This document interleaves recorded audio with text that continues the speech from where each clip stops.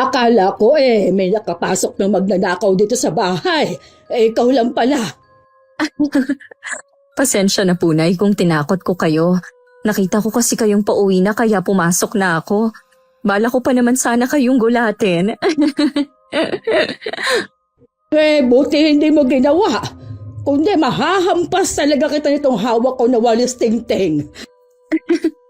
Kaya nga po hindi ko na itinuloy. Dahil nakita ko na may hawak nga kayong walis. Ang sakit pa naman yan. Bakit nga pala napadalaw ka? Gusto ko lang po kayong kumustahin dito. Lagi naman akong dinadalaw ng mga anak mo. Ayos lang naman ako dito. Hindi ko po kasi maintindihan bakit ayaw niyo pang sumama sa amin sa bayan. Nagtsatsaga pa kayo sa bahay na ito. Bahay naman ito ng namayapa mong ama at dito lang ako titira. Kaya wag mo nang ipilit ang gusto mo. Kaya lang po ang problema yung mga kapitbahay natin. Ayoko lang kasi na mas lalo pang lumala ang alitan sa pagitan ng mga magkakamag-anak. Hindi naman tayo nakikisawsaw Tsaka ang tagal na ng pangyayaring yon. Dapat lang siguro nakalimutan na lang. Yun nga po ang sabi ko kay Ate Belinda. Dapat nga kako bilang nakakatanda sa aming magpipinsan, siya na lang ang magpatawad. Sinusulsulan din kasi siya ng iba pa ninyong pinsan. Pati kasi mga bata sa pamilya nagpaparinigan na rin sa social media. Sabi ko nga baka mamaya pati sila magkaroon na rin ng alitan. Ewan ko ba kasi sa iba nating kamag-anak, hindi na lang kalimutan ang nakaraan. Matagal na naman kasing tapos yon. Palagay ko po kasi sina Ate Belinda ang ayaw pang makalimot. Dahil tatay nga nila ang naagrabyado. Naiintindihan ko naman ang sentimiento nila. Pero kung tutuusin, may kasalanan din ang ama nila. Ang hirap nga pong paliwanagan ni Ate Belinda Ang taas din naman kasi ng pride ng babaeng yon. Ayaw tumanggap ng paliwanag. Sang-ayon po ako sa inyo. Yan ang dahilan kung bakit hindi pa rin magkaayos ang mga pamilya natin. Kahit gaano kataas ang lipad sa huli babagsak pa rin dahil sa sariling ugali. Mas mabuti pa rin na maging mapagkumbaba sa kapwa. At huwag pa irali ng taas ng pride dahil ayaw ibaba ang sarili sa paghingi ng tawad. Mapagpalang araw, Miss Gwen. Bago lang po ako sa inyong channel pero lahat ng kwento nyo nagustuhan ko po. Ang ilan pa nga sa mga yon nagpaluha sa akin habang nakikinig. Lalo kapag may kinalaman sa usaping pampamilya. Tawagin nyo na lang po ako sa palayaw na Terry. May asawa at may 2 anak. Edad 50 na sa kasalukuyan at tubong Cavite. Ang ibabahagi ko po ay tungkol sa mga kamag-anak ko at ang matagal ng alitan sa loob ng pamilya na nag-ugat sa isang pangyayari na hindi naman sinasadya. Kung paano yun nagwakas, akin pong ikukwento. Terry! Nandiyan ka pala, hindi ka man lang nagpaparamdam Kailan ka pa dumating? Kahapon lang ako dumating, ate. Magtatagal ka ba rito?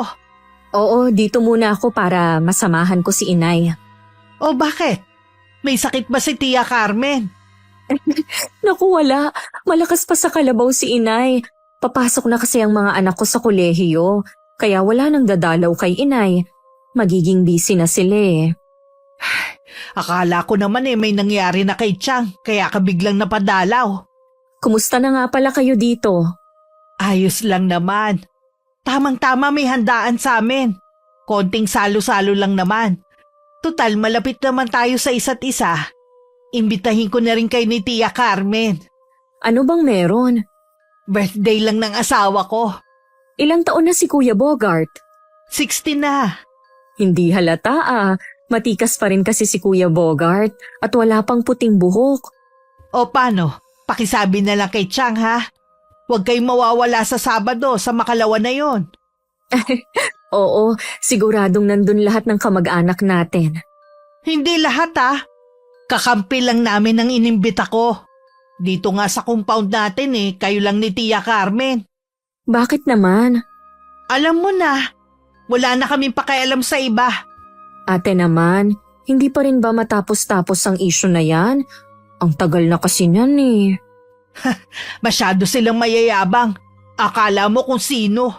Ang totoo niyan, wala naman akong nababalitaan na sinasabi nila. Tahimik nga lang sila eh. Paano hindi sila tatahimik? Mga guilty kasi sa nangyari noon. Baka kasi mamaya pati mga bata mag-away-away na rin. Kung mangyari man yun, walang dapat sisihin kundi sila. Pamilya tayo dito at magkakapit-bahay pa.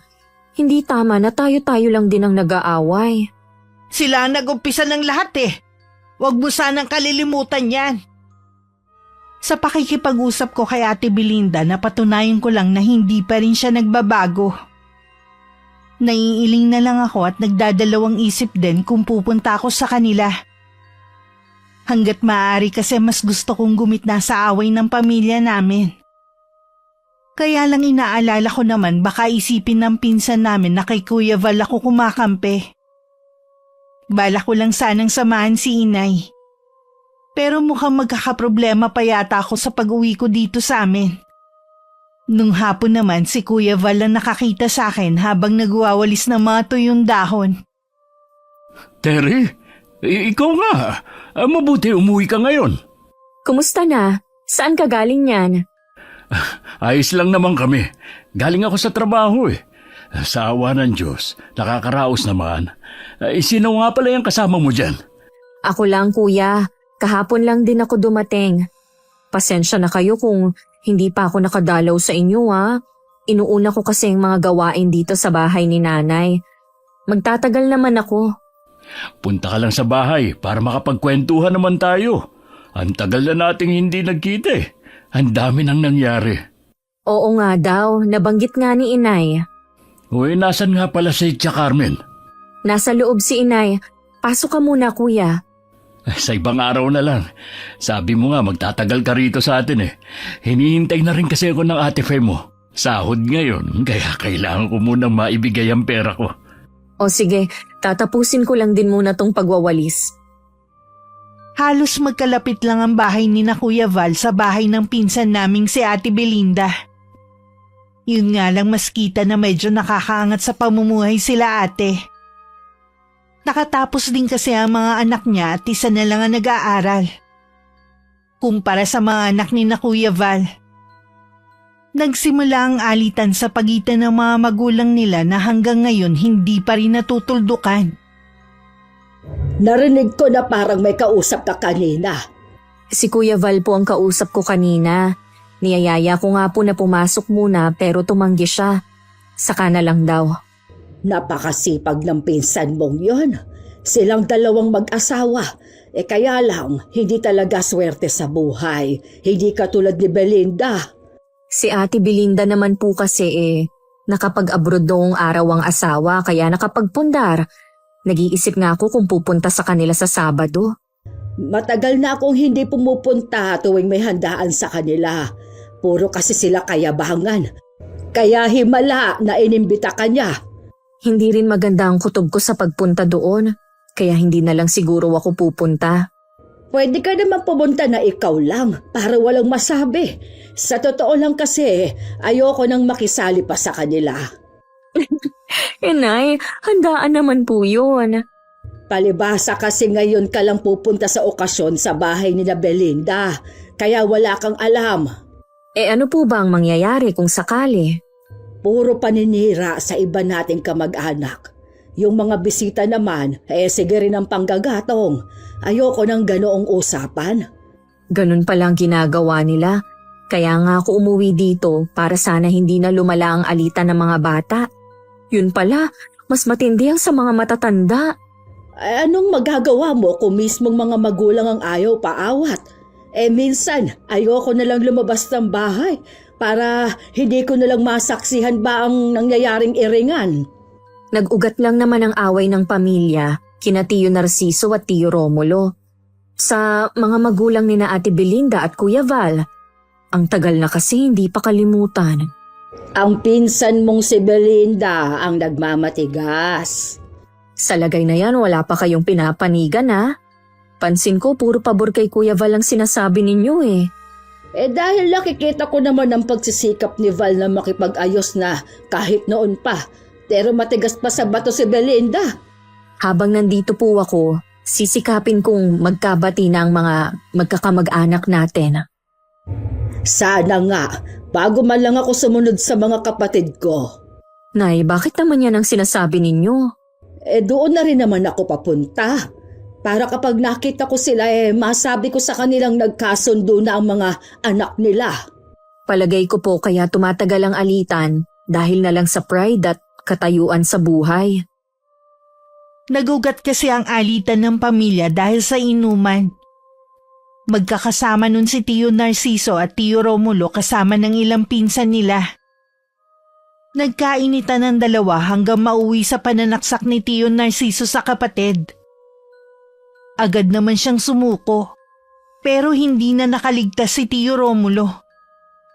Yun ang matinding ikinagalit ng pamilya ni Ate Belinda.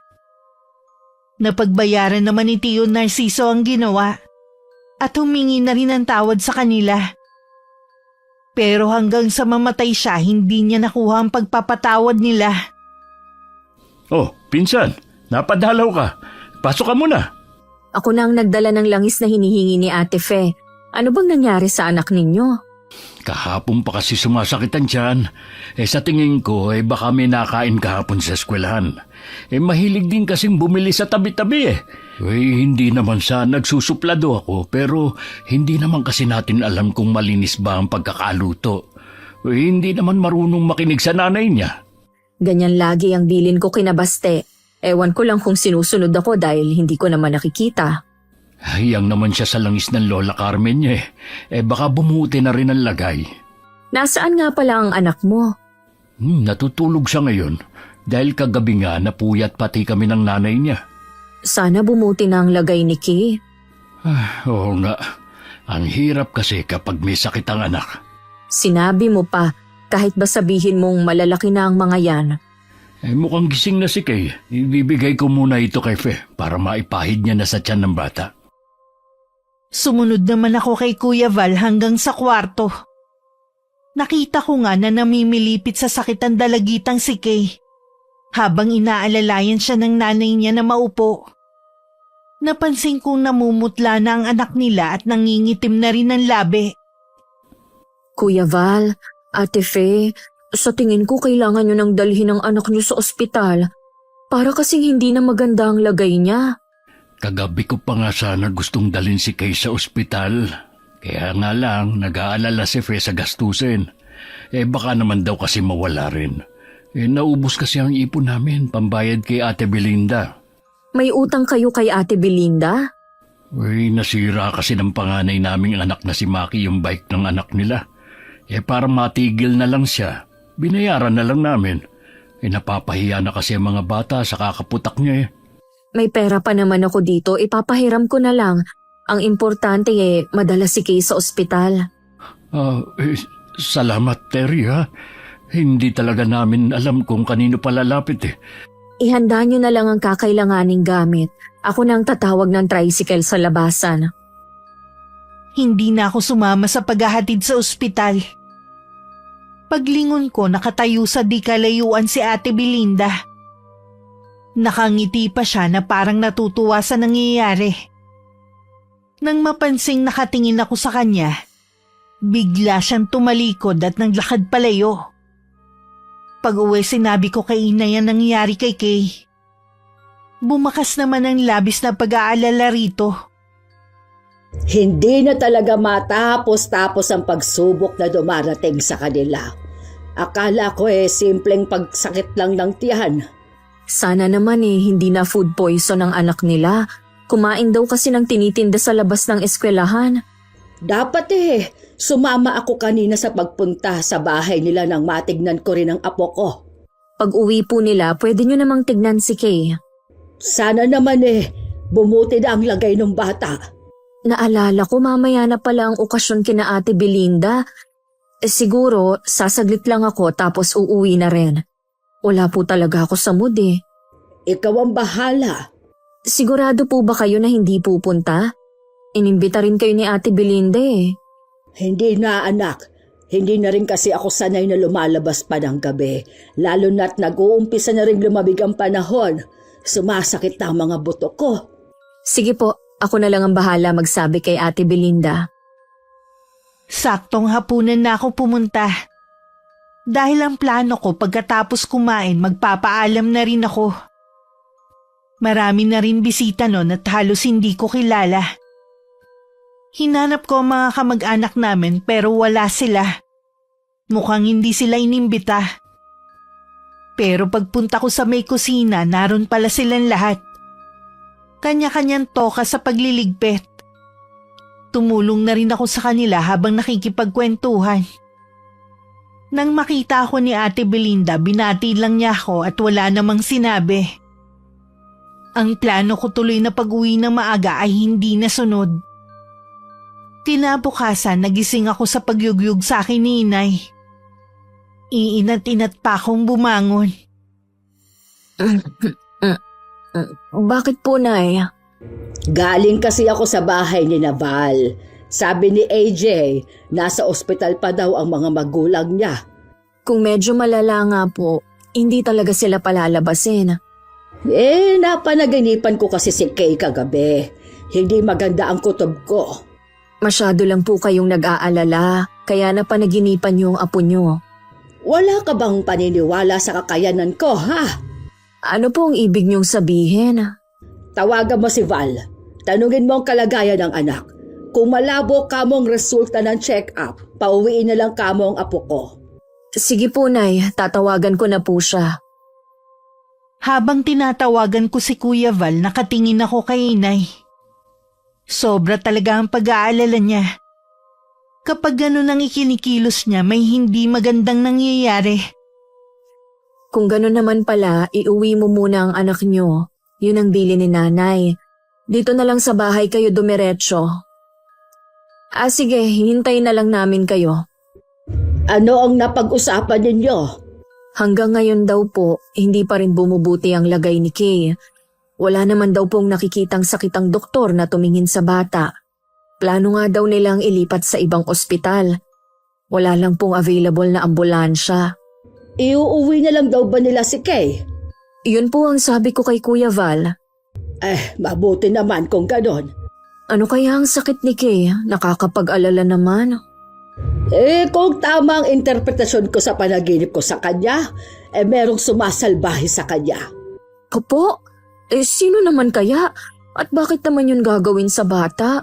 Tsaka pinakamabait sa magpipinsan si Kay at tahimik lang. Yun na nga siguro ang dahilan. Ang dami na talagang masasamang tao sa panahon na ito. Hindi na nakakakilala sa Diyos. Kapag nagpadaig sa masama, ganun na nga ang mangyayari. Nakakalimot na, lalo na ang mga alipin sa galit. Sana naman dumating na sila. Nay, kumain na po ba kayo? Oo, nauna na ako. Bakit nga pala hating gabi ka nang nakauwi? Sabi mo sandali ka lang. Ang dami po kasing ligpitin. Ayoko rin iwan ng mga kamag-anak natin na nandun pa. Ibang klase rin talaga si Belinda. Porque siyang nakaangat sa mga taga rito ganun na lang natratuhin ang mga yon. Okay lang naman po sa akin. Minsan lang naman ako umuwi dito sa atin Ihahanda ko na lang ang gagamitin ko sa panggagamot. Hindi ko alam na sa panahong to, uso pa palang gumagamit ng karunungang itim. Akala ko matagal nang nakalimutan ng ganong gawain. Kung titingnan naman kasi ang lugar namin kahit sabihin pang baryo, sumasabay na rin naman sa buhay sa syudad. May isang oras din bago dumating sina Kuya Val at Ate Fe. Buhat ng pinsan ko ang walang malay nitong anak. Kaya daw sila natagalan dahil ayaw silang payagan ng doktor na lumabas. Pumirma na lang sila ng waiver para kung sakaling may masamang mangyari kay Kay, walang pananagutan ng ospital at mga doktor. Hindi kaya merong naiinggit sa anak niyo sa pinapasukang eskwelahan? Yun na nga rin ang iniisip ni Fe. Maganda at matalino kasi si Kay. Hindi rin siya palabarkada, kaya hindi malabong pag-initan siya. Malamang kapwa estudyante lang din niya ang gumawa nito. Malalaman natin mamaya kapag lumabas na si Tia Carmen. Huwag ka nang mag-alala. Ngayon alam na natin ang dahilan ng pagkakasakit ni Kay. Gagaling na siya. Kahit gumaling pa siya, Hindi pa rin ako matatahimik. Kailangan ko malaman kung ano ang dahilan ng taong nasa likod nito. Naiintindihan kita. Bilang magulang, ganyan din ang mararamdaman ko at gagawin ko. Tuwing meron pa naman pinagdadaanan ng pamilya namin, natutuwa talaga si Ate Belinda at ang pamilya niya.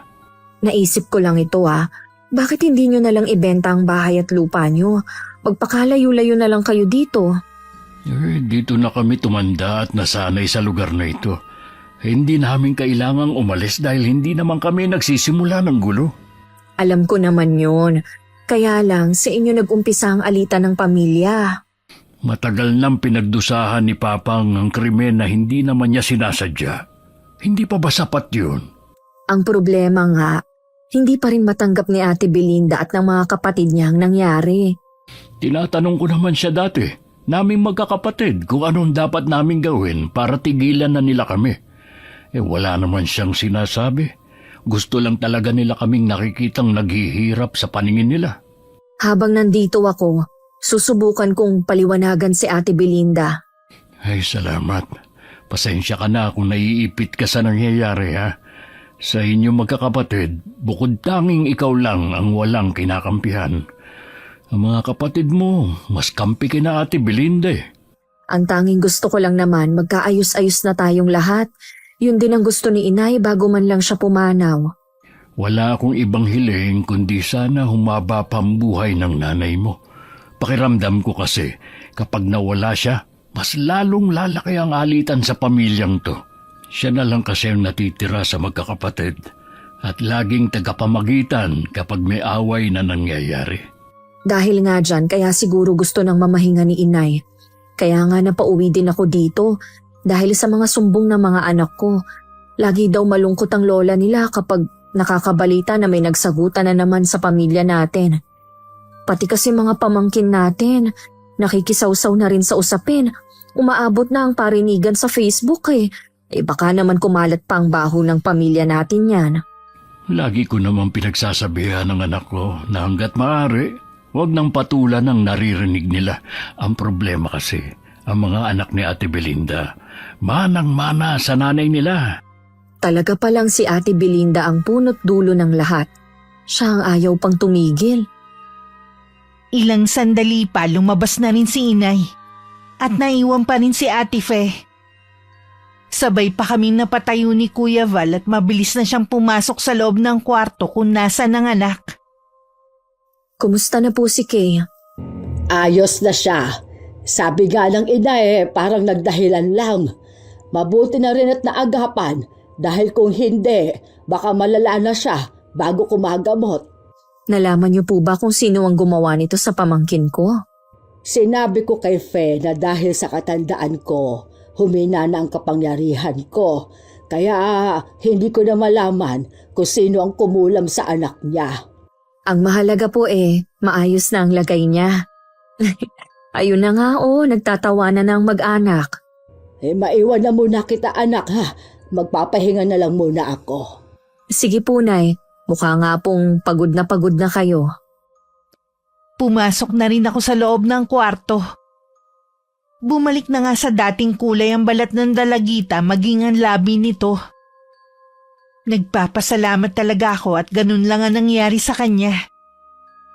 Ang iba kasing nakukulam hindi na nagagawang mailigtas, lalo na huli ng matuklasan. Hindi naman kasi lahat naniniwala sa kulam. Nang mga sumunod na araw napansin ko na parang balisa si Inay. Tuwing nasa balkonahe siya ng bahay, nakatingin siya sa direksyon kung nasa ng bahay ni na Ate Belinda. May problema po ba, Nay? Napapansin ko kasi nitong mga nagdaang araw. Lagi kayong tulala. Hindi ko lang kasi mapaniwalaan ang nalaman ko. Tungkol po ba saan yan at hindi kayo makapaniwala? Sa kung sino ang kumulam kay Kay. Akala ko po ba hindi nyo alam? Huwag niyong sabihin nagsinungaling lang kayo nun kay Ate Fe. Oo, gano'n na nga. Dahil kung hindi ko gagawin yon, malamang nagkakagulo na naman ngayon. Ibig niyo po bang sabihin kamag-anak natin ang may kagagawa nun kay Kay? Oo, Ang anak ni Belinda na si Juvie ang nasa likod nito. Sinusubukan ko nga siyang kausapin pero umiiwas. Halatang takot na takot. Halos magkasing edad lang sila. Paano niyo nagawa ang bagay na yun? Grabe na talagang mga kabataan ngayon. Alam kaya yun ni Ate Belinda? Hindi ko alam, pero walang dapat sisihin kundi siya. Dahil hindi siya naging mabuting halimbawa sa mga anak niya. Kilala niyo po bang mangkukulam na nilapitan ni Juvie? Oo, kilala ko ang nanay niya at minsan ko na rin itinuring na kaaway at sa huli naging kaibigan. Sa kanya pala, ipinamana ng ina ang kaalaman sa itim na mahika. Sinabihan ko siya na huwag na ulit kakantiin ni isa sa mga kamag-anak natin. Kung hindi, pagsisisihan niya na kinalaban ako. Hindi ko akalain na aabot na sa ganitong alitan ng pamilya. Akong natatakot Panahon na siguro para kausapin ko ng masinsinan si Belinda. Kung kakausapin niyo po siya, sasamahan ko na po kayo. Huwag kayong mag-alala, hindi ako sasali sa usapan ninyo. Nakababahala na kasi ang pangyayaring ito. At pwede itong mag-ulit sa mga susunod na araw. Kawawang iba na hindi lumalaban. Mabuti pa po, dito na lang kayo mag-usap para walang makarinig. Ayoko na rin itong patagalin. Susunduin ko na po siya ngayon. Bago pa makasagot si inay, mabilis na akong tumalikod at naglakad palayo. Nakasalubong ko pa ang iba kong pinsan na bumati naman sa akin. Kasalukuyan naman nasa labas ng bahay nila si Ate Belinda. Sinabi ko agad ang sadya ko. Nagtataka man, sumama naman siya sa bahay. Sumilip pa sa may pinto si Juvie pero mabilis din namang umalis. Gusto niyo raw po ako makausap, Tia Carmen. Tungkol ba saan ang sasabihin niyo? Wala na bang takot ang anak mong si Juvie na gumawa ng isang bagay na nakakasakit sa kapwa niya? Ano ang tungkol sa kanya? Sana pala isinama ko siya. Nasa bahay lang naman siya ngayon Namomonitor mo pa ba ang ginagawa ng anak mo, ha? Ano po bang klaseng tanong yan, Chang? Natural dahil anak ko siya. Bakit ba parang gusto niyo yatang pakialaman ang pagpapalaki ko sa anak ko? Wala akong planong panghimasukan ang paraan ng pagpapalaki mo sa kanila. Diretsuhin niyo na kasi ko kung para saan ba to. Anong ginawa ni Juvie? Alam mo bang, pinakulam ng anak mong si Juvie ang pinsan niyang si Kay. Ano? Tama ba ang pagkakarinig ko? Chang, saan niyo naman nakuha ang ideya na yan? Sa mismong mangkukulam na nilapitan ng anak mo. Kung sino man siya, nagsisinungaling lang ang taong yun. Huwag niyong pagbintangan ng anak ko o kahit sino pa sa kanila. Kung gusto mo, puntahan mo si Marie. Kilala mo naman siya, ang anak ni Tonyang. Siya ang nagmana sa kakayanan ng kanyang ina sa pangungulam. Oo, kilala ko silang mag-ina. Pero hindi ko na kailangan pang tanungin ng babaeng yon. Basta hindi ako naniniwala sa inaakusan niyo sa anak ko. Hindi ka man maniwala, pero yon ang totoo. Walang dapat sisihin kung bakit ganoon si Juvie, kundi ikaw din. Kaya niyo lang ba ako pinapunta dito para sermonan, ha? Wala po kayong karapatan, hindi ko kayo nanay. Matagal na rin naman ang nangyari sa tatay at tiyuhin mo. Bakit hindi mo nalang kalimutan? Yun naman talaga ang pinag-ugatan ng ginagawa mo. Madali niyo lang kasi sabihin yan dahil hindi kayo ang nawalan ng ama. May kasalanan naman din ang tatay mo. Ilang beses na siyang pinagsabihan na huwag nang makipag-inuman dahil mahilig siyang maghamon kapag nalalasing. Talagang tatay ko pa ang sinisi niyo. Hindi ko siya sinisisi. Sinasabi ko lang na maiiwasan sana ang trahedya kung nakinig sana siya. Dahil sa pangyayaring yun pati mga apo ko, naggagantihan na rin. Hindi ko tinuturuan ng mga anak ko na gumante. Maayos ang pagpapalaki ko sa kanila. Siguro nga hindi, pero nakikita nila ang ginagawa mo. Talaga bang hindi kayo titigil, ha? Sumusobra na kayo Ate Belinda, huminahon ka lang. Isa ka pa. Akala ko pa naman importante ang sasabihin nyo. Pagbibintangan nyo lang palang anak ko. Bakit hindi mo tanungin ang anak mo? Hindi na kailangan. Oras na maapektuhan ng anak ko dahil sa mga sinasabi nyo. Hindi ko kayo mapapatawad. Napapailing na lang ako habang nakasunod ng tingin sa papalayong si Ate Belinda. Hindi ko naman mabasa sa mukha ni Inay kung anong iniisip niya ng mga sandaling yun. Galit naman na kinumpronta ni Ate Belinda ang anak. Napaiyak naman ang dalagita at agad naman na inamin ang ginawa. Inamin din ito ang dahilan kung bakit niya yung ginawa sa pinsan. Sa huli kinampihan pa rin siya ng ina. Salamat Kuya Val, nag-abala ka pa. Wala yun. Marami naman kasing binigay sa aming saging sa bambyanan ko. Siguradong matutuwa nito ang inay. Paborito niyang nilagang saging eh. Ay, nasan nga pala si Tia Carmen? Maaga siyang umalis kanina. Baka mamaya pa ang balik nun. May kailangan ka ba sa kanya? Ay, nabalitaan mo na bang kumakalat na balita? Umuwi kasi ako sa amin at kababalik ko lang kagabi. Ikaw pa lang ang nakakausap ko ngayong umaga. Ano ba ang kumakalat na balita na sinasabi mo? Baka naman chismis lang yan. Alam mo naman na ayaw ni inay ng ganon. Kumakalat kasi dito sa compound natin at nakarating na rin sa ibang tao na nagagalit daw si Ate Belinda sa nanay mo dahil sa pagbibintang ni Chang sa anak niya. Siya pa talagang may ganang magkalat at magalit ha? Uy, ano ba yung binibintang ni Tia Carmen? Hindi yun basta pambibintang. Totoo talaga yun. Ay, kaya pala nagagalit si Ate Belinda. Nagtangka daw kasing magpakamatay si Juby dahil sa sama ng loob. Totoo ba yan? Ay, yun ang pinapakalat na balita ng pinsan natin. Pero wala naman kaming nalaman na isinugod si Juby sa ospital. At saka sabi naman ni Kay, masigla at parang wala naman siyang problema nang makita niya sa eskwelahan. Kilala sa pagiging sutil yun si Juby. Baka mamaya gawa-gawa lang ng nanay niya ang lahat para pasamain si Tia Carmen. Hindi niya pwedeng gawin yun kay inay. Wala na ba talaga siyang respeto? Palibasang hindi ka na nakatira dito sa atin. Kaya hindi mo nakikita ang ginagawa ng pinsan natin sa mga taga rito. Tingin ko ginagamit na lang niya ang nangyari noon para magawa niya ang gusto. Hindi uubra sa akin yan. Kaya nga pilit ko kayong pinagkakasundo eh. Ay, gusto ko naman sana, kaya lang matigas si Ate Belinda. Siguro dahil may pera sila. Kakausapin ko siya. Hindi ko gusto na idadamay niya si inay na wala namang masamang ginagawa. Kapag kinausap mo ang pinsan natin, lalo lang siyang gagawa ng eksena. Papakita na naman sa iba na siya ang biktima at ang pamilya niya. Ano? Wala na lang akong gagawin?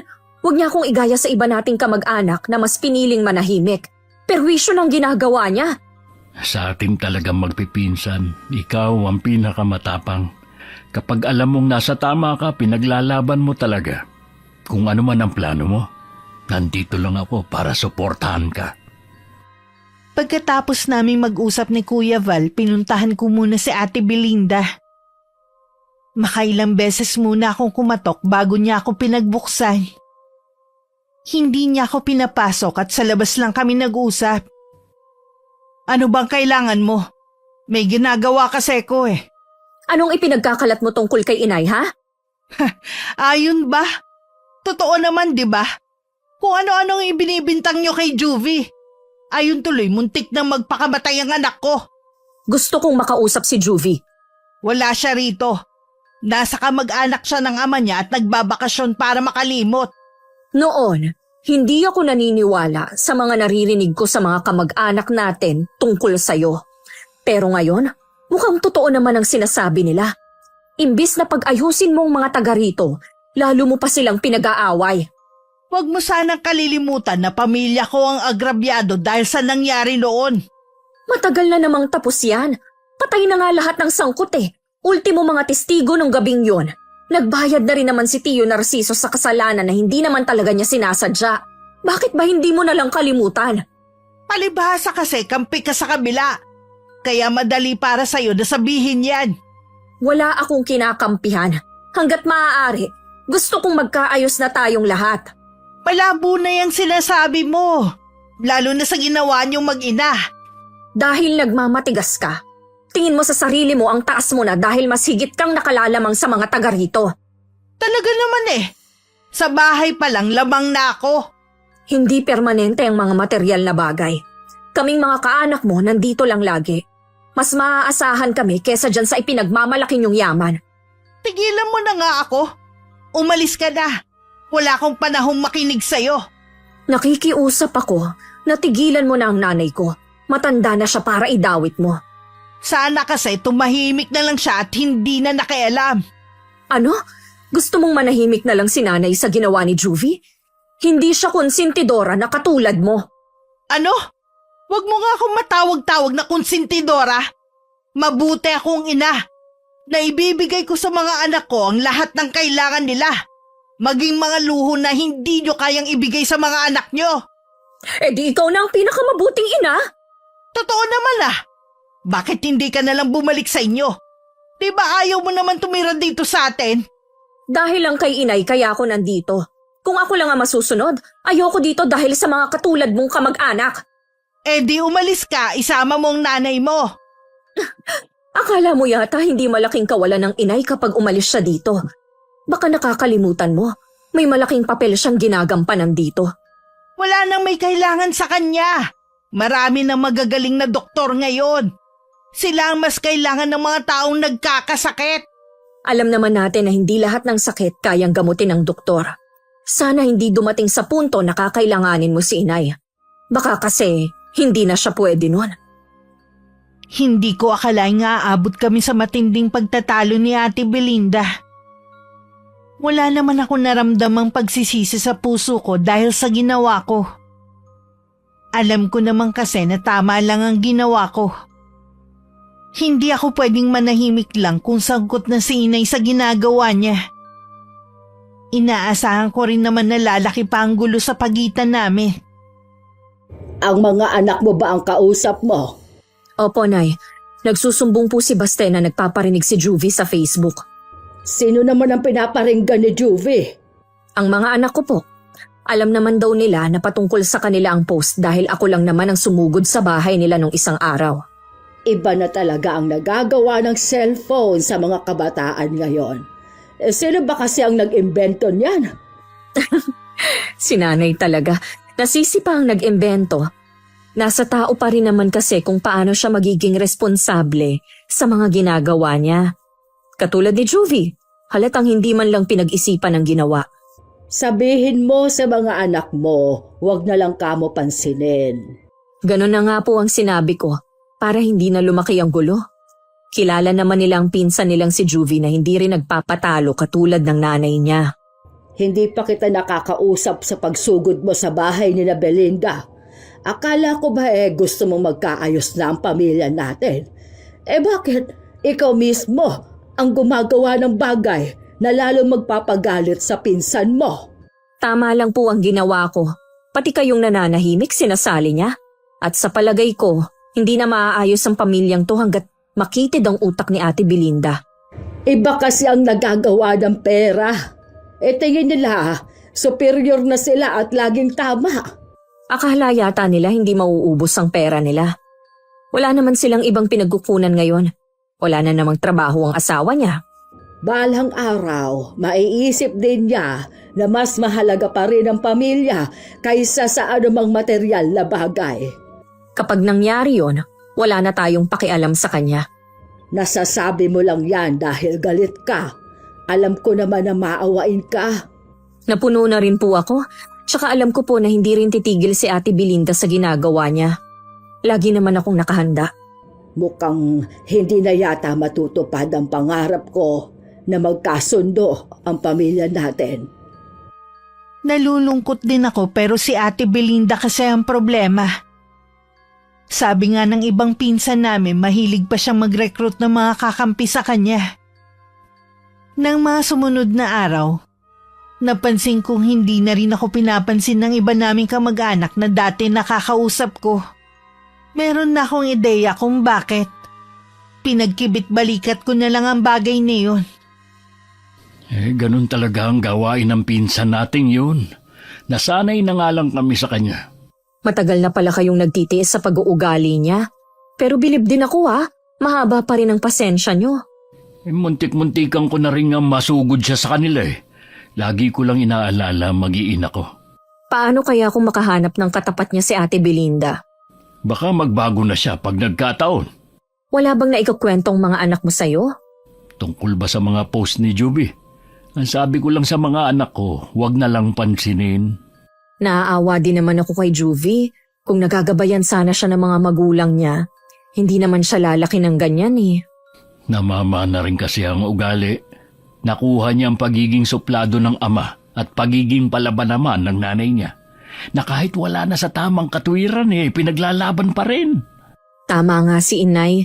Ginagamit na lang ni Ate Belinda ang nakaraan para makapanlamang sa atin. Para lagi siyang makakuha ng simpatsya. Lagi na lang kasi niyang isinasangkalan ang nangyari sa mga magulang niya. Alam naman ng Diyos na pinagsisihan na ni Papa ang nagawa niya. Alam naman ng lahat kung gaano kabait ang papang mo kumpara kay Tio Romulo. Oo nga. Ay, paano Terry? Uwi na muna ako ha. Baka hinahanap na ako ni Faye. Baka sabihin nun, inutusan lang ako na humiram ng kayuran hindi na ako nakabalik.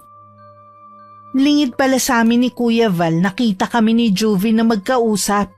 Agad siyang nagsumbong sa nanay niya na baka may pinaplano kaming dalawa ni Kuya laban sa kanila. Sa galit sinugod ni Ate Belinda si Kuya Val sa kanila. Naabala naman sa pagkakayod ng niyog sa kusina nila. Oh, Ate Belinda, napadalaw ka. Ano bang sadya mo? Tuloy ka muna. Hindi ako nandito para makipagkwentuhan sa inyong mag-asawa. Galit ka na naman. Ano bang kailangan mo? Anong pinaplano niyo ni Terry, ha? Ano bang sinasabi mo? Hindi kita maintindihan. Huwag ka na magmaang-maangan pa. Nakita kayo ni Juvie na nag-uusap kanina. Nagkwentuhan lang kami sandali ni Terry. Humiram kasi ako nitong kayuran ng nyug.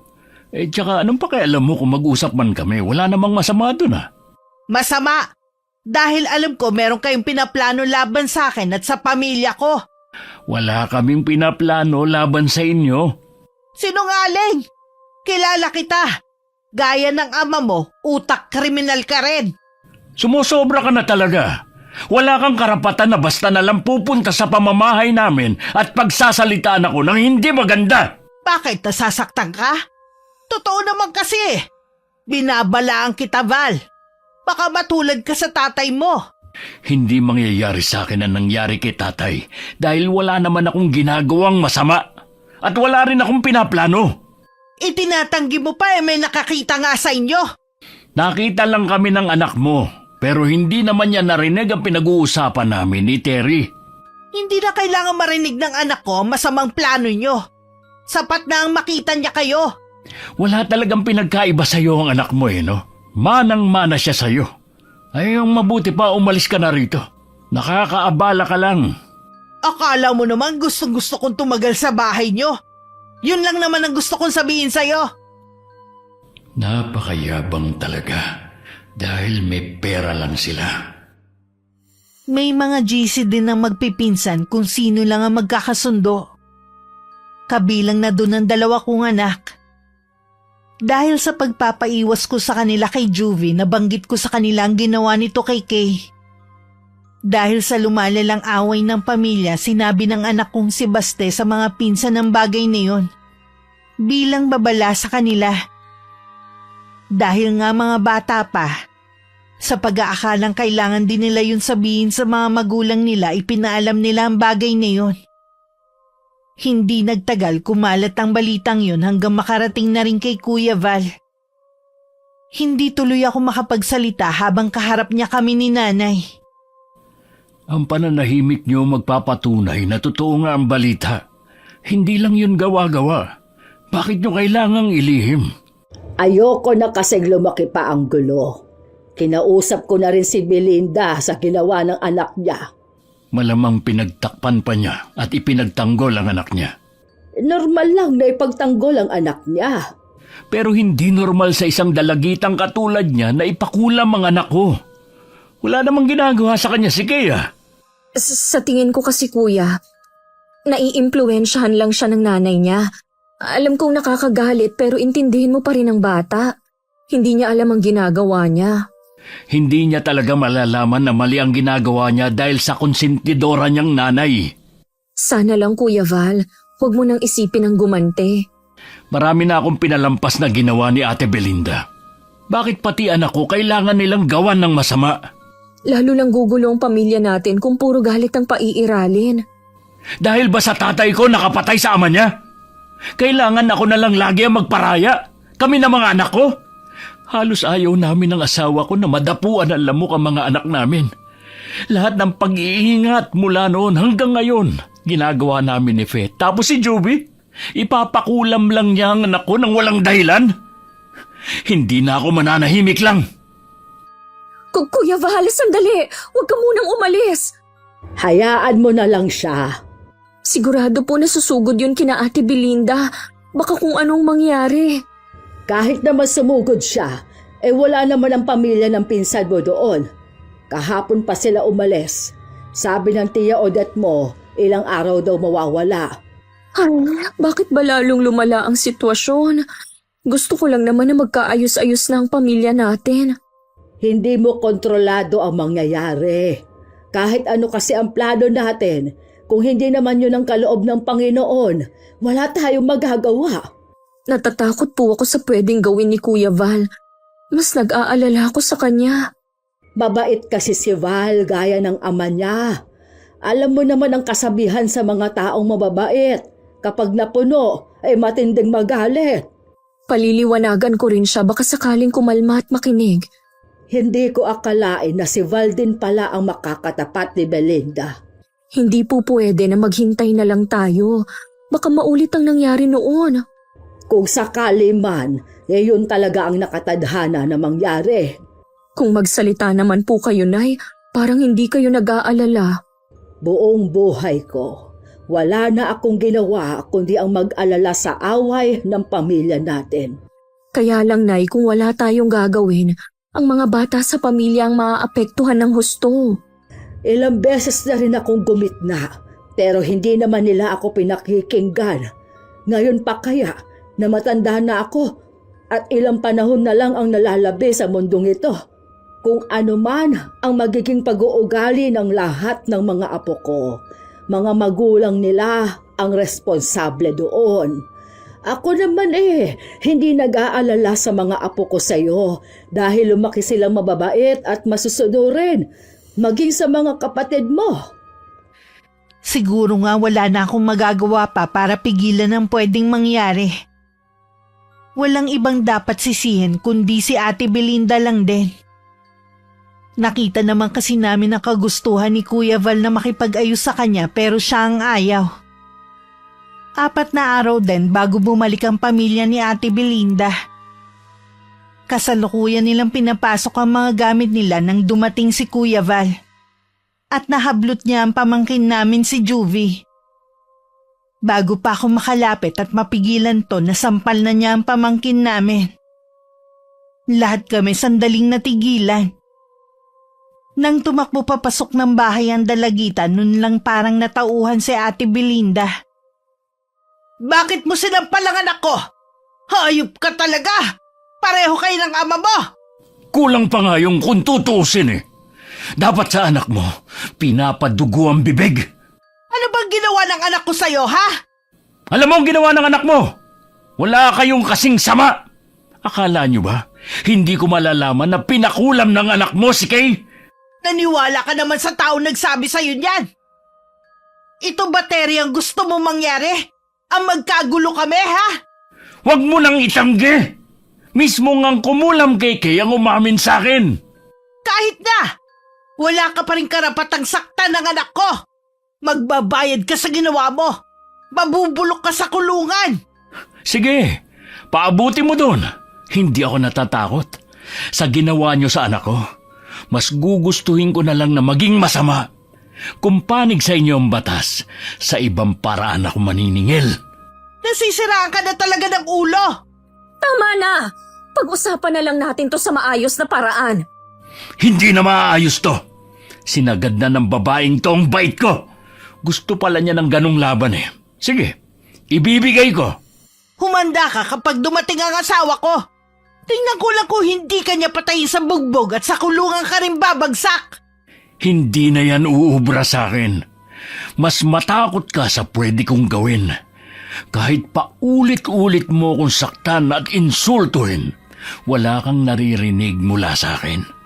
Pero ibang usapan na kapag anak ko na ang dinamay mo. Nakikiusap naman ako sa iyo, Kuya Val. Kung ano man yung binabalak mo, huwag mo nang ituloy. Hindi kailangan madamay ang mga bata sa away ninyong matatanda. Huwag idamay. Ang anak ko pinakulam nila. Wala naman siyang ginagawang masama sa inyo Wala nga kaming kinalaman sa nangyari sa anak mo. Sinungaling ka talaga. Tignan ko lang kung makapasok pa yung anak mo sa eskwelahan. Anong ginawa mo? Sumagot ka kung anong ginawa mo. Alamin mo na lang. Kapag may ginawa ka na ikakasira ng anak ko, hindi kita mapapatawad. May bago ba? Noon pa naman, hindi mo na pinatatawad ang pamilya ko. Kaya wala na akong pakialam. Kahit hanggang kamatayan, hindi mo ako mapatawad. Hindi ba kayo marunong mahiya? Hindi lang kamag-anak natin ang nakikiusyoso, pati na rin ang ibang tao. Imbis na walang nakakaalam, kayo na rin mismo ang nagpapakalat ng baho ninyo. Walang dapat sisihin kundi ang lalaking to. Lagi naman ako o ibang taong sinisisi mo Kailan naman kaya darating ang panahon na sisihin mo rin ang sarili mo? Wala akong ginagawang masama. Kaya hindi mangyayari na sisisihin ko ang sarili ko. Tignan natin. Hoy, Val! Saan ka pupunta? Hindi pa ako tapos sa iyong hayop ka! Hayaan mo na lang siya, ate. Puntahan mo na lang si Juvie. Mas kailangan ka ng anak mo kaysa unahin mo ang pakikipag-away. Noon lang siguro naalala ni Ate Belinda ang anak kaya dali-dali niya ako iniwan at pumasok sa loob ng bahay. Maririnig naman ang mga bulungan sa paligid. Hati sila sa opinyon. May biglang kumampi kay Kuya Val at meron namang kampi pa rin kay Ate Belinda. Umalis na rin ako para kausapin si Kuya Val. Naiintindihan ko naman ang nararamdaman niya. Pero hindi ako sang-ayon sa pananampal niya sa pamangkin namin. Nasaan ang asawa mo at mga anak? Huwag mo na silang hanapin dahil wala na sila rito. Ay, kuya, bakit mo naman ginawa yun kay Juvie? Dapat lang yun sa kanya. Makasakaling matauhan siya sa ginawa niya. Paano yan? Sigurado na sasampahan ka ng kaso ni Ate Belinda. Minor de edad ang bata. Hindi tama na sinaktan mo siya kahit ano pang galit mo. Tapos na naman. Nagawa ko na. Hindi mo man lang inisip ang pamilya mo. Paano kapag nakulong ka? Paano ang pag-aaral ng 3? Pamilya ko lagi ang prioridad ko. Alam mo yan, Terry. Masyado ka kasing nagpadalos-dalos. Kilala natin si Ate Belinda.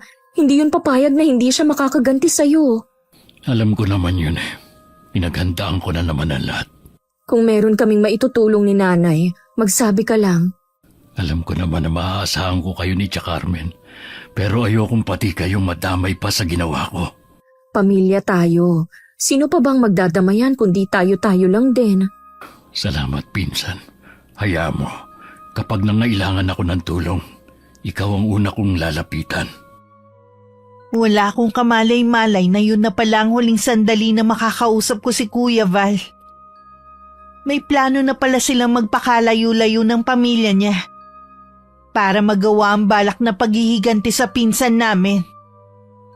Samantala, hindi naman nag-aksaya ng oras si Ate Belinda.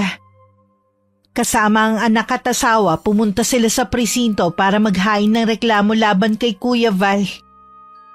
Nakarating din kasi sa kanila ang kumakalat na paninira laban kay Juvie. Siya daw ang nagpakulam sa pinsan dahil sa matinding inggit. Nasaan si Val? Sabihin niyo na kung saan siya nagtatago. Ha? Wala siya dito. Bakit hindi mo siya puntahan sa kanila? Wala nga siya doon.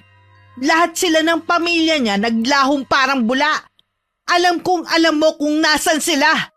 Kaya magtapat ka na kung ayaw mo madamay. Hindi ko alam kung nasaan sila. Sa'yo ko nga lang nalaman na umalis sila Lahat ng mga kapatid niya pinuntahan ko na. Wala rin silang alam kung saan nagpunta si Val at ang pamilya niya. Malapit kayo sa isa't isa kaya alam ko may nalalaman ka. Sinabi ko na nga sa'yo na wala akong alam. Matigas ka, ah. Sige, ihanda mo yung sarili mo. Ipapakulong din kita. Ano naman ang ikakaso mo sa akin, Aber? Ano pa ba? Di ang pakikipagsabwata mo sa kriminal na yon. Kriminal agad? Wala pa namang napapatay yung tao para tawagin mo ng ganyan. Sa ginawa niya sa anak ko, masahol pa siya sa ama niya. Sinira niya ang buhay ni Juvie. Hindi tuloy siya makapasok sa eskwelahan. Sana naman lawakan mo yung pag-iisip mo. Nagawa lang yun ni Kuya Val dahil sa matinding galit, dahil sa ginawa ng anak mo. Sino ba namang magulang ang hindi magwawala kapag nalaman na ipinakulam ang anak niya? Hindi nga ginawa ni Juvie yun. Ikaw nga hindi mo matanggap na ginawa yun ng anak mo dahil masakit. Di lalo na si Kuya Val na tunay na biktima ang anak niya. Tama na nga ang usapan natin. Lumalayo na tayo sa totoo kong pakay sa inyo eh. Hindi ako naniniwalang wala kayong alam sa pagtakas ni Val. Wala nga sabi eh. Bahala ka na rin kung anong gusto mong gawin. Tingin mo naman sa sarili mo laging ikaw ang tama. Mabuti pa umalis ka na at huwag nang babalik. Sa inasal mong yan, hindi mo na rin ako iginalang bilang tiyahin. Paano kita igagalang kung wala ka namang pinagkatandaan? Sumusobra ka na ha. Nanay kong pinagsasalitaan mo. Wala ka talagang modo. O bakit? Totoo naman, di ba? Walang silbi ang nanay mo. Itong tatandaan mo, Ate Belinda. Oras na kailanganin mo ang tulong ni inay, ako mismong hahadlang para makalapit ka sa kanya. Kahit kailan, hindi ako hihingi ng tulong sa nanay mo. Eh di umalis ka na. Bitiwan mo nga ako. Aalis ako. Hindi mo ko kailangang ipagtulakan. Ni ang dumaan sa harap ng bahay namin, wag na wag mo nang gagawin. Kapal talaga. Saan kaya nagpunta si Val at ang buong pamilya niya? Hindi ko rin po alam eh. Nagulat nga rin ako sa nalaman ko.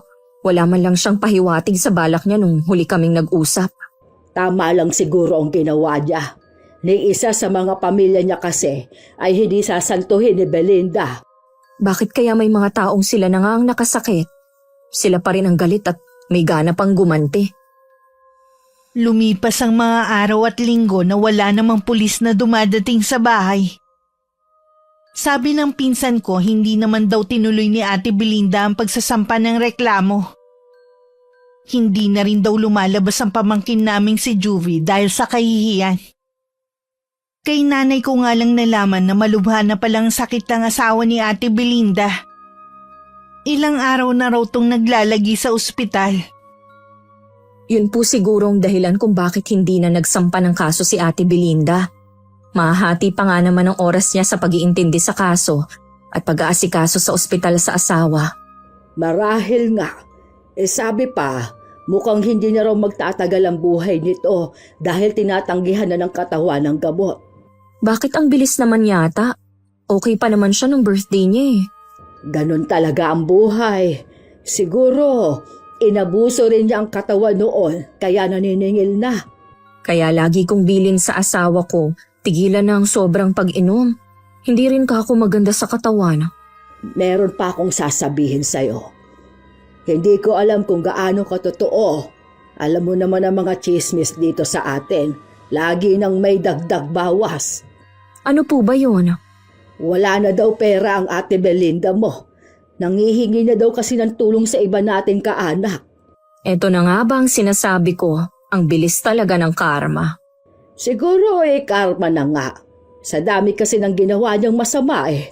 Sa palagay ko po, kahit bumalik ngayon sina Kuya Val, hindi na rin sila guguluhin ni Ate Belinda. Hindi nga natin alam kung nasaan sila ngayon. Kung maayos ba ang lagay nila? Sana iparating ng mga kapatid niya ang nangyayari dito para makabalik na sila sa bahay nila. Isang linggo pagkatapos namin mapag-usapan ni Inay ang tungkol sa asawa ni Ate Belinda, pumanaw na raw yun sa ospital. Sa bahay nila ibuburo lang labi ng lalaki. Hindi pa rin ako makapaniwala sa nalaman ko. Unang gabi pumunta kami para makilamay. Hindi naman kami nagtagal ni Inay. Dahil bawal na sa kanya magpuyat. Babalik na lang ako bukas, kahit hindi tayo pinapansin ni Ate Belinda at ng mga anak niya. Huwag ka nang bumalik. Tapos na ang pagpunta natin kanina. Sige po, sa bagay nga, halos wala ngang kapitbahay ang pumunta. Ganoon talaga kapag hindi ka naging mabuti sa kapwa mo.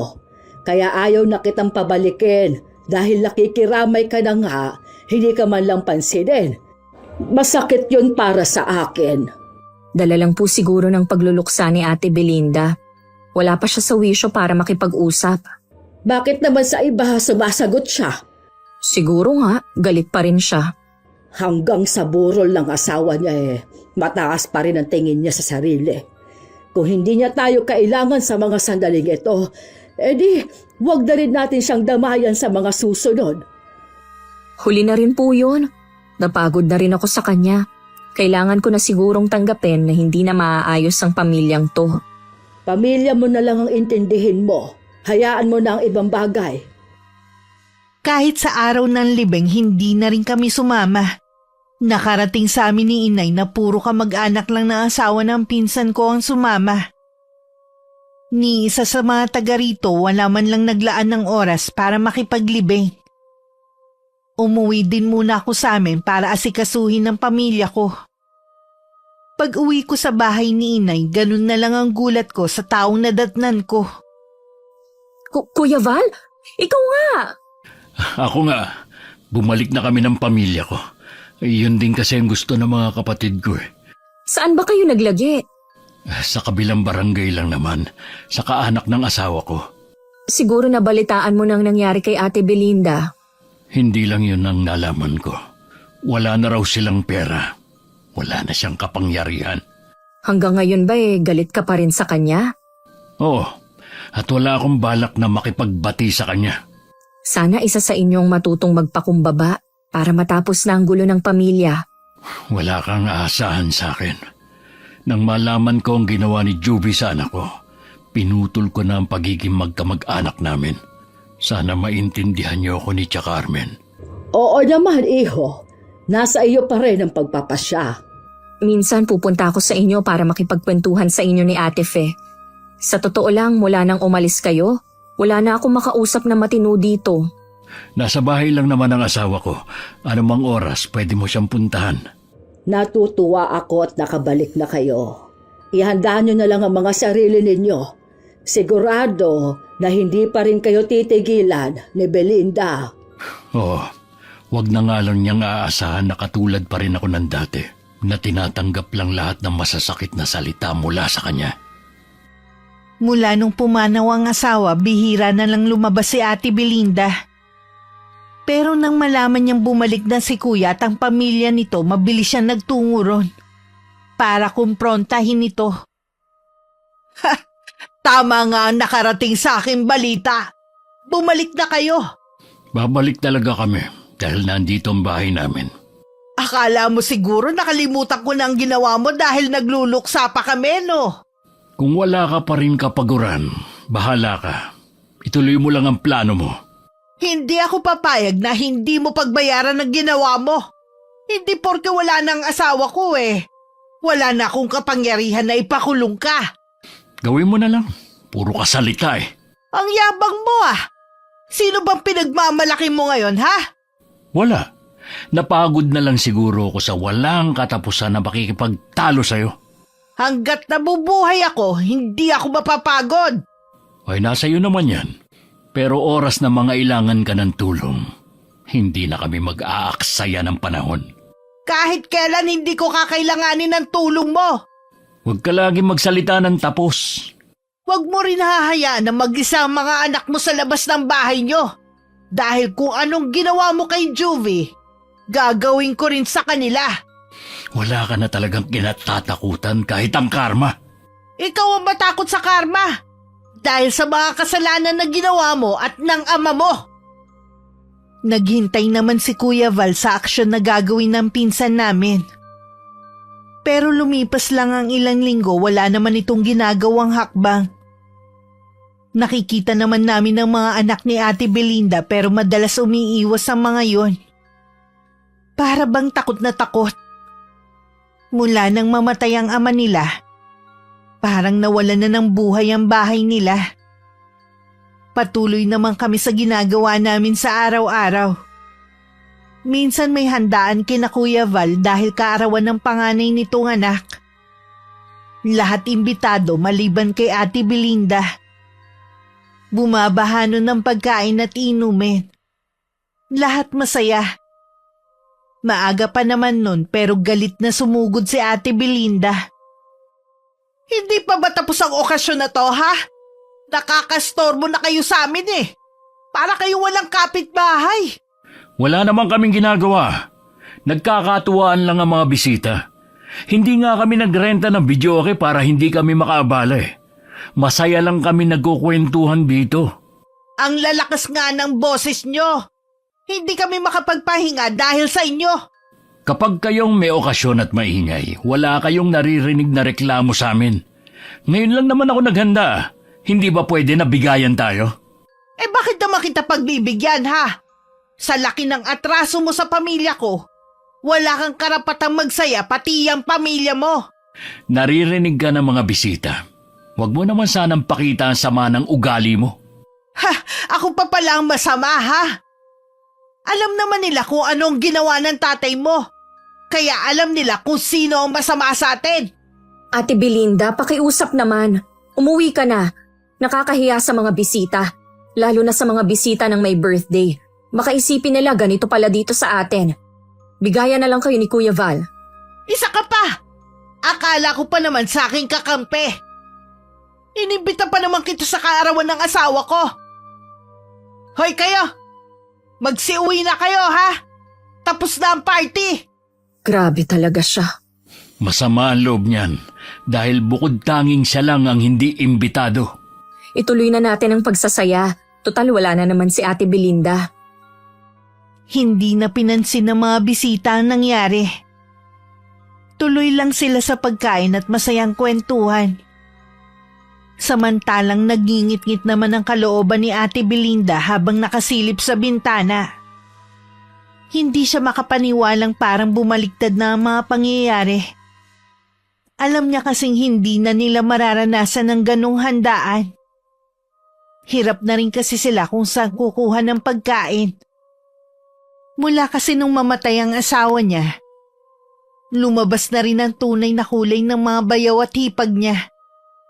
Ramdam niyang hindi na sila itinuturing na kapamilya. Anong gagawin ko? Kanino na lang kami lalapit? Kahit mga kapatid ko wala rin naman. Dahil sa ginawa kong pagdadamot sa kanila nung meron ako. Ang hirap palang mag-isa. Kahit ako tuluyan na rin napuno kay Ate Belinda. Kaya kahit nakikita ko siya o mga anak niya, iniiwasan ko na rin.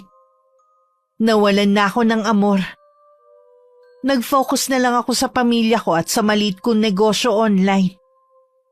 Hindi rin ako umaalis sa tabi ni Inay ngayon dahil nangihina na siya. Wala naman siyang iniindang sakit. Basta nangihina lang daw siya. Siguro dahil na rin sa katandaan, kung ano-ano na ang nararamdaman. Ayos na po ba kayo, Nay? Nakalabas na kayo ng balkonahe eh. Naiinip ba kasi ako sa kwarto? Kung ano-ano rin kasi ang pumapasok sa isip ko kapag mag-isa lang ako. Ano naman pong iniisip ninyo? Nung kabataan ko, nung buhay pa ang tatay mo, magkahalong saya at lungkot ang nararamdaman ko. Alam ko po na namimiss na ninyo siya, pero Nay, huwag po muna kayong susunod sa kanya, ha? Ipinauubaya ko na sa may kapal kung hanggang kailan na lang ako sa mundong ito. Siya lang naman ang nakaalam. Siya nga po pala, Nay. Sinabihan ko na rin ang mga kaanak natin dito na hindi na muna kayo manggagamot. Baka isa rin yun sa dahilan kung bakit kayo nanghihina. Baka nga, pero gusto ko pa rin manggamot kapag bumalik na sa dati ang lakas ko. Ikaw ba walang balak manggamot? Ikaw naman ang nakakaalam ng kakayahan ko ah. Nay naman, di ba sinabi ko na sa inyo ayokong sundan ang yapak ninyo? Ayokong maging manggagamot. Mas gusto kong pagtuunan ng atensyon ng negosyo ko. Sayang naman kasi. Marami ka sanang matutulungan kung sakali. Siguro kung manggagamot po ako, sa pamilya ko lang. Ako lang kaya ang gumagamot sa mag-aama ko. Maganda pa rin kung nakapanggagamot ka sa ibang tao. Pero hindi na kita pipilitin. Malay nyo naman po sa mga susunod na araw, magbago ang isip ko. Sa panggagamot pala ako nakalinya.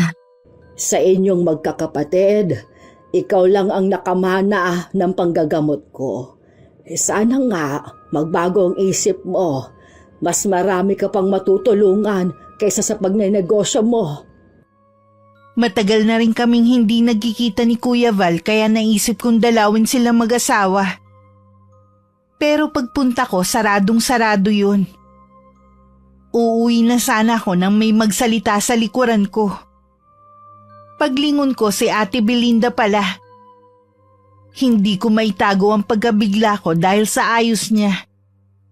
Mas tumanda kasi siyang tingnan. At kita na ang kulubot sa kanyang muka at braso. Saan kaya sila nagpunta? Hindi ko alam.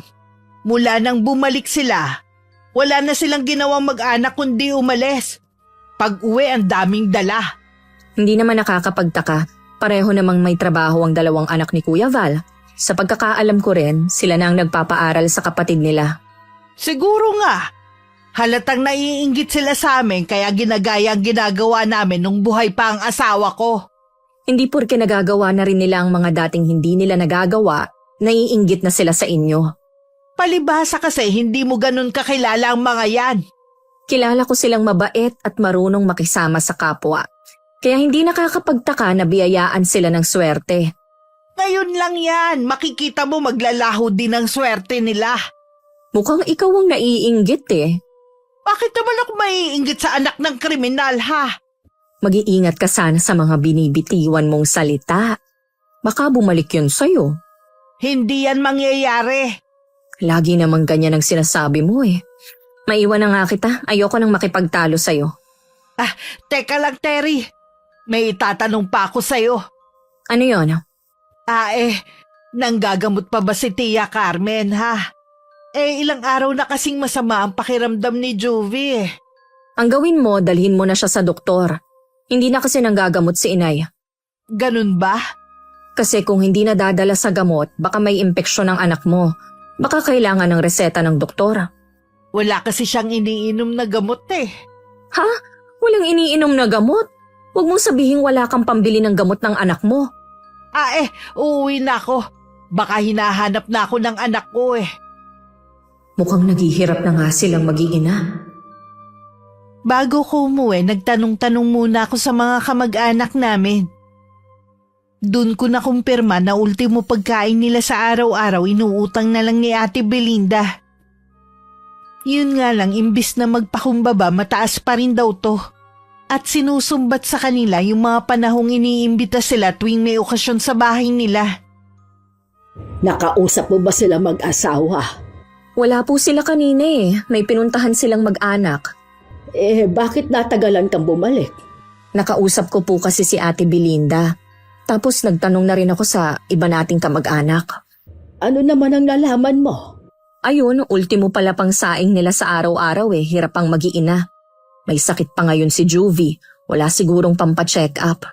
Bakit hindi sila humingi ng tulong sa pamilya ng asawa niya? Hindi ko po masasagot yan.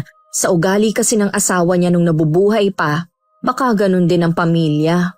Bakit kasi hindi pababaan ng pride at lumapit sa atin para humingi ng tulong? Kapag gano'n naman kasi ang isang tao, kahit ako hindi ko gugustuhin tulungan. Sana pala sinabi mo sa health center humingi ng gamot. Uso kasi ang trangkaso ngayon. Baka yun ang sakit ni Juvie. Siguro po, ilang araw na daw masama ang pakiramdam. Kung hindi lang ako nangihina pa pupuntahan ko sana. Alang-alang sa aking apo, isasantabi ko muna ang ginawa nila. Hindi naman ako papayag. Sa sama ng ugali ng mag-inang yun, baka po lalo kayong manghina. Hayaan nyo na lang na dalhin ni Ate Belinda ang anak niya sa doktor. Sige na nga. Kita nyo nga, nagpapahid na naman kayo ng langis. Masakit na naman siguro ang kasukasuhan nyo. Ang mga buto ko ang kumikirot. Umiinom po ba kayo ng gatas na binili ko? Oo naman, kahit ang sama ng lasa. Itinitiis ko dahil sabi mo nga ang mahal noon. Bukas ang pinto ng sala habang nag-uusap kami ni Inay. Lingid pala sa amin, nasa labas si Ate Belinda at narinig lahat ng pinag-uusapan namin. Tahimik na lang siyang umalis at bumalik sa bahay nila. Mataas pa rin ang lagnat ng anak niya. At wala siyang magawa kundi punasan lang ito ng maligamgam na tubig. Hindi niya kasi magawang lumapit sa iba naming kamag-anak. Dahil baka malaman ng mga to na mas mahirap na sila sa daga. Ano bang kamalasan itong nangyayari sa amin? Parusa na ba ito? O baka naman meron nagsumpa sa amin? Wala namang gagawa nun kundi si Val.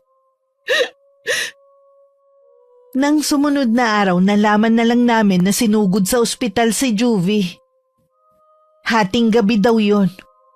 Nag-iiyak si Ate Belinda dahil tumirik na daw ang mga mata ng anak. Hanggang na mga oras na yon, wala pa rin kaming balita kung maayos na ba ang lagay ng pamangkin namin.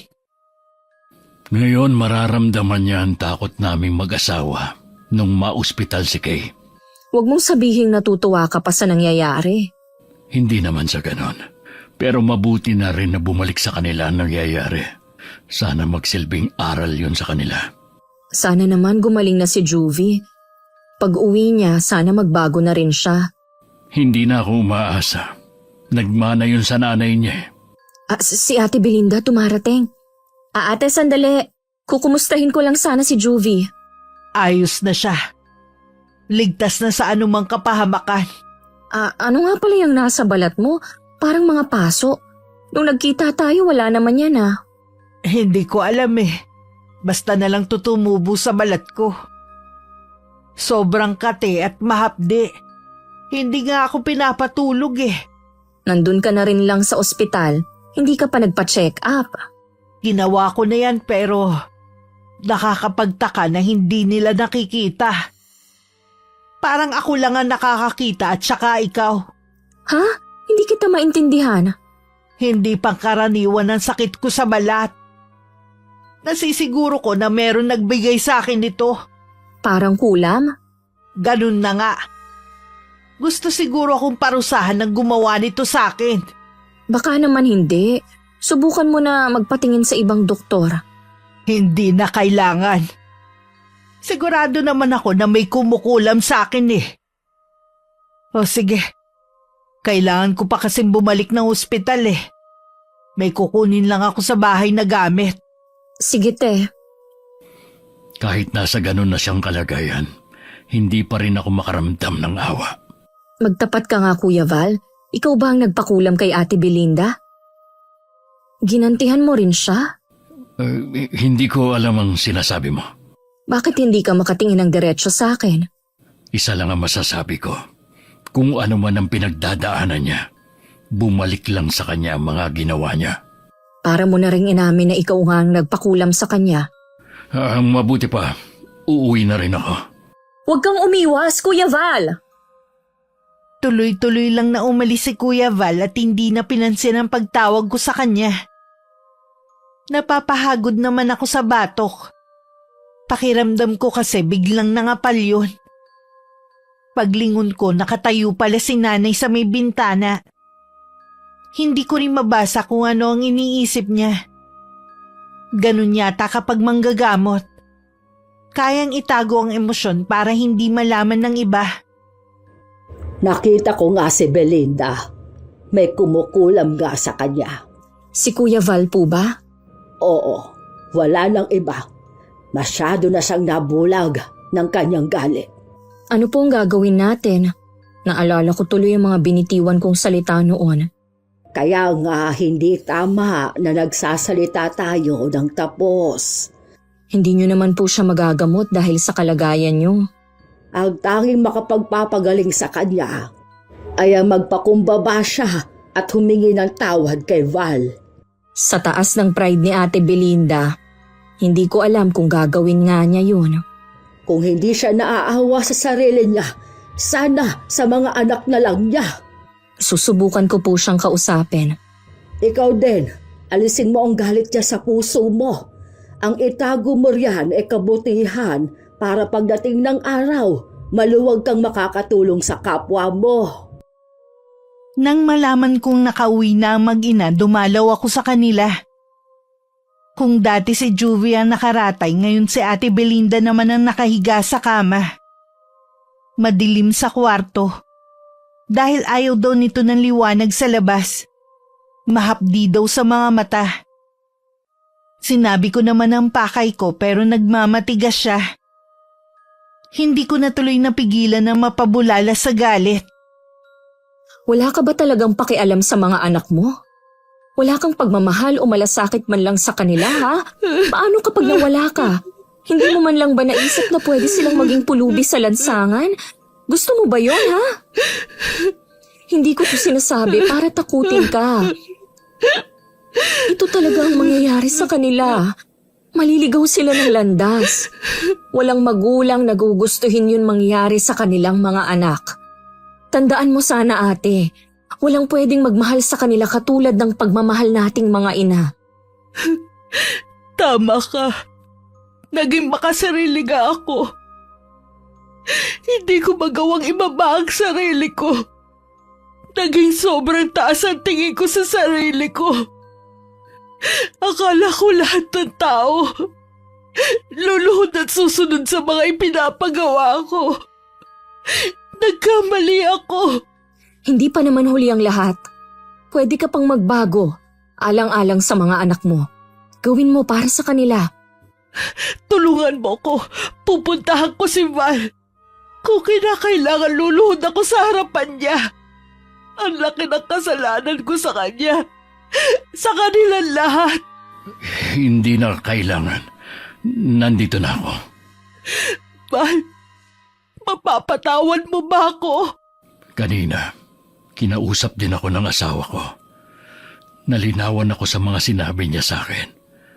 Akala ko, gagaan ang pakiramdam ko kapag nakaganti na ako sa iyo. Pero lalo lang bumigat ang dibdib ko. Parang may nakadagan na malaking bato. Hindi ako makahinga. Hindi naman kasi likas na masama, Kuya Val. Kaya ganun ang epekto sa'yo. Patawarin mo ko, Ate Belinda. Nagpadala ako sa galit ko sa inyong mag-ina. Hindi na ako nakapag-isip ng tama. Dahil ang nasa isip ko lang, ang makapaghiganti sa inyo. Kung hindi mo to ginawa, hindi pa ako magigising sa katotohanan. Hindi ko pa maiisip ang mga mali kong nagawa. Patawarin natin ang isa't isa. Sana bigyan natin ng pagkakataon ng bawat isa na maging malapit. Kalimutan na natin ang nakaraan. Oo, Ate Belinda. Wala naman yun sa akin eh. Salamat. At nakuha na rin namin ang kapatawaran na nararapat sa aming ama. Salamat sa Diyos. Nagkabati na rin kayo. Natupad na rin ang matagal na hinihingi ni Inay. Meron na siyang maikukwento sa mga kapatid at iba nating kaanak sa kabilang buhay. Sa pagpapatawad ni Kuya Val, unti-unting naghilom ang mga sugat sa katawan ni Ate Belinda. Muling nanumbalik ang kanyang lakas. Iyak naman ng iyak ang mga anak niya habang nagpapasalamat sa kanilang tiyo. Marami sa mga kaanak namin na nagulat nang makita na nag-aayos na ang dalawa. Wala talagang imposible kapag nagpatawad ang isang tao. Salamat naman at nasa maayos na ang kalagayan ng mag-iina. Oo nga po, mabait at malambing naman pala si Juvie. Nadala lang siguro siya dati sa ugali ng ina. Salamat din at hinipo ang puso ni Val na patawarin na si Belinda. Sa aming magpipinsan, si Kuya Val talaga ang pinakamabait sa lahat. Napuno lang siya sa ginagawa ni Ate Belinda. Ang mahalaga ngayon, tapos na ang problema. Napag-isipan mo na rin ba kung gusto mong maging manggagamot katulad ko? Hindi pa po. Ayoko pong agawin ang trono nyo. Bumalik na rin naman po ang lakas ninyo. Pwede na ulit kayong manggamot. Nararamdaman ko na balang araw, tatanggapin mo rin ang nakatakdang kapalaran mo. Tignan na lang po natin. Hindi ko naman po isinasara ang posibilidad. Ayoko lang pong magmadali. Naging masalimuot man ang buhay ng pamilya namin dahil sa isang pangyayari noon na hindi naman sinasadya. Salamat sa Diyos dahil mas nanaig pa rin sa puso ng bawat isa ang kabutihan. Ito siguro ang panahon na ang pagpapatawad ay nakatakdang mangyari. Maraming salamat po Miss Gwen sa pagbasa ng aking kwento. Sana po kapulutan din ito ng aral ng mga taga-subaybay ng channel nyo.